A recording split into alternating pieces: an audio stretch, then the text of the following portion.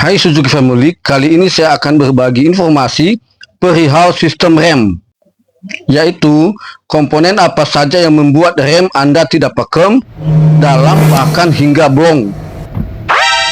Apakah hidrolik, ABS, master rem, minyak rem yang kotor, disc brake yang rusak, kampas rem depan yang tipis, piston rem kaliper yang macet, kampas rem belakang yang tipis, ataukah piston rem belakang yang bocor? Oh no! Nah, untuk itu perhatikan video berikut ini ya.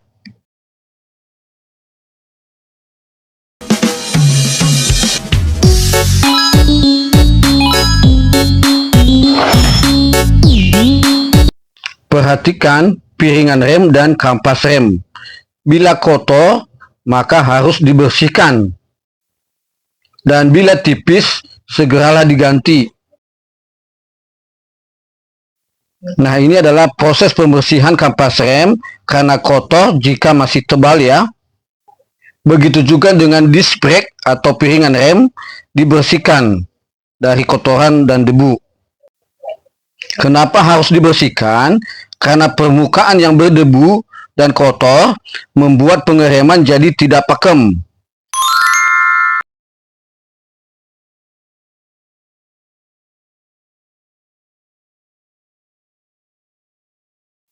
Apabila kampas rem sudah tipis sekitar 2 hingga 3 mili, sisanya maka segeralah diganti dengan yang baru.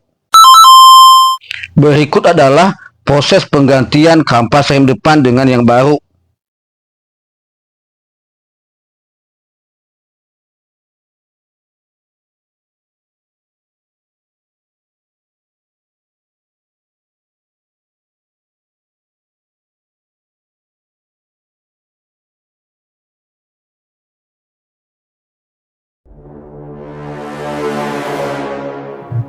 Pada saat pemasangan kampas rem depan, Anda juga harus memperhatikan pin kaliper rem.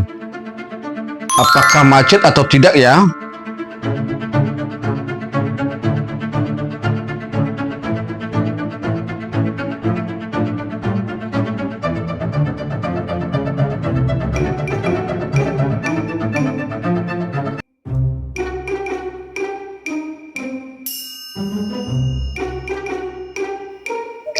Memeriksa pin kaliper rem depan.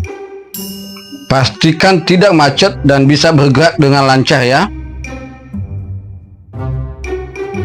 Karena jika pin kaliper ini macet, maka pengereman tidak maksimal dan bisa membuat salah satu kampas sisi sebelahnya akan habis sebelah atau pemakaian kampas remnya tidak rata. Lumasinlah pin kaliper dengan gemuk.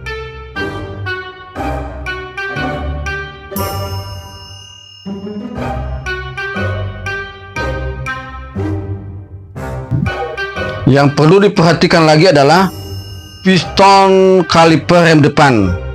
Apakah bersih bebas karat ataukah kotor kemasukan air.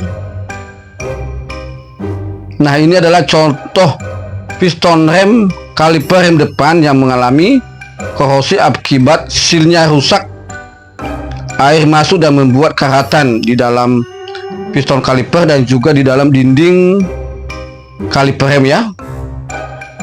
Ini akan membuat pengereman jadi keras dan tidak pakem.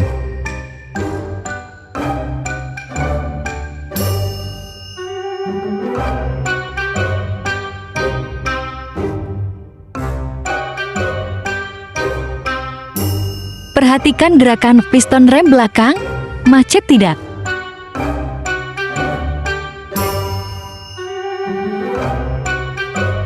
Lalu perhatikan juga sel rem belakang. Bocor minyak rem tidak?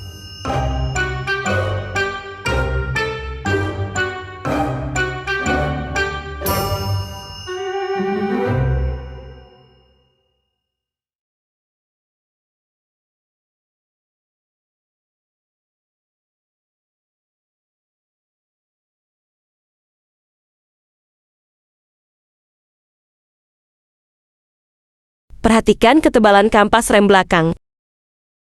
Pastikan permukaan tromol bagian dalam rata dan tidak bergelombang.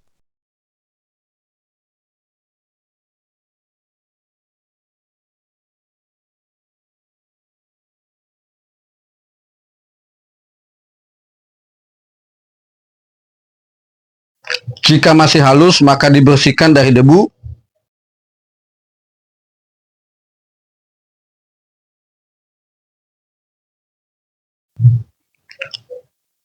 Begitu juga dengan kampas remnya dibersihkan dari debu, supaya pengeremannya jadi pakem ya.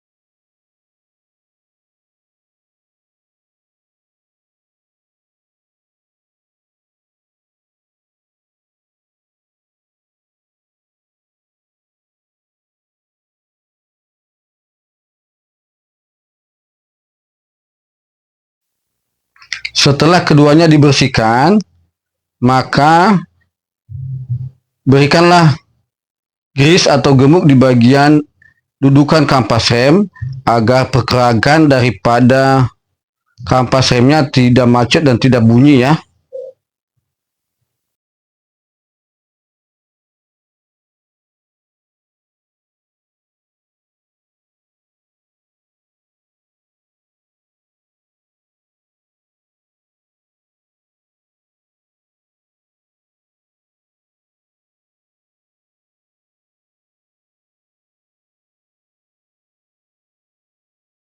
Bila kondisinya seperti ini, kebocoran di piston rem, maka rem pasti dalam tidak pakem. Bahkan bisa remblong ya. Bahaya banget! Dan apabila piston rem belakang ini menimbulkan bocor seperti di video ini, maka segeralah diganti daripada seal pistonnya. Lalu setelah dipastikan semuanya baik, maka setellah lever daripada ketinggian rem dengan menyetel di bagian lever remnya ya.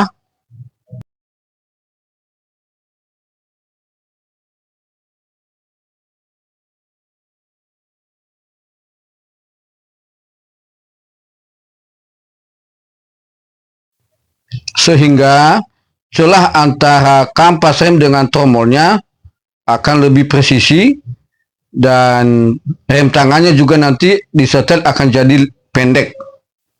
Dan dari sini juga penyetelan rem tangan agar rem tangannya pendek dan pakem, terutama pada saat parkir di jalan tanah miring ya, di parkiran miring. Jadi rem tangannya nanti pakem, tidak nyelonong mobilnya ya.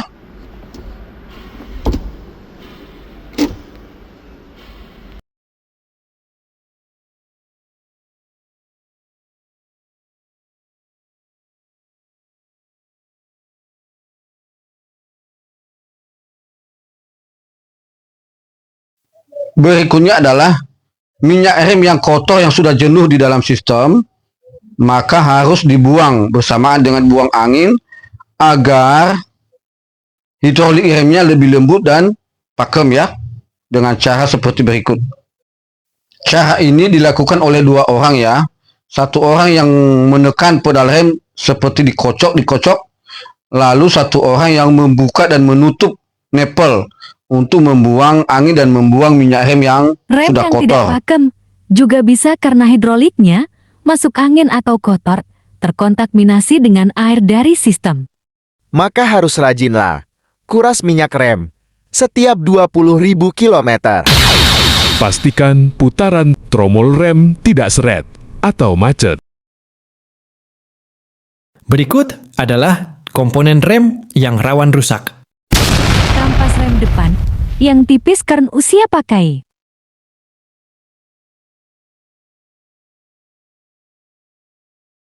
Seal piston rem belakang yang kotor dan bocor. Ini karena terlalu lama, tidak ganti minyak rem. Piston rem depan.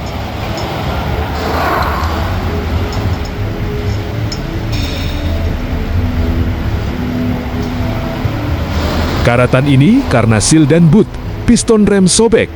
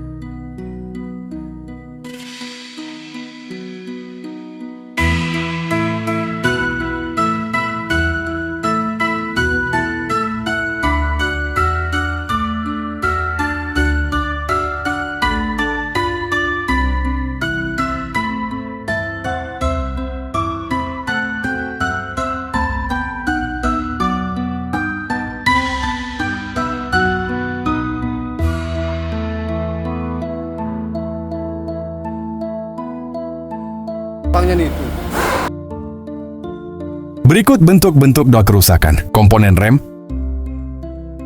Disc brake pemakaian normal dengan dot kampas rem SJP. Disk brake pemakaian kampas yang salah, kampas rem tidak SJP, disk brake terkikis jadi kayak kaca, lama-lama disk brake yang habis karena gesekan. Apa saja faktor yang membuat minyak rem berubah warna? Minyak rem yang sudah jenuh akibat proses kondensasi, karena bercampur dengan uap air dan kontaminan lain seiring waktu penggunaan, maka minyak rem berubah warna dan cenderung menimbulkan residu, sehingga seal rem pun jadi rusak. Penumpukan uap air, minyak rem bersifat higroskopis, artinya akan menyerap kelembapan dari udara seiring waktu. Peningkatan kadar air ini membuat minyak rem menjadi keruh dan menurunkan titik didihnya, yang dapat mempengaruhi performa pengereman.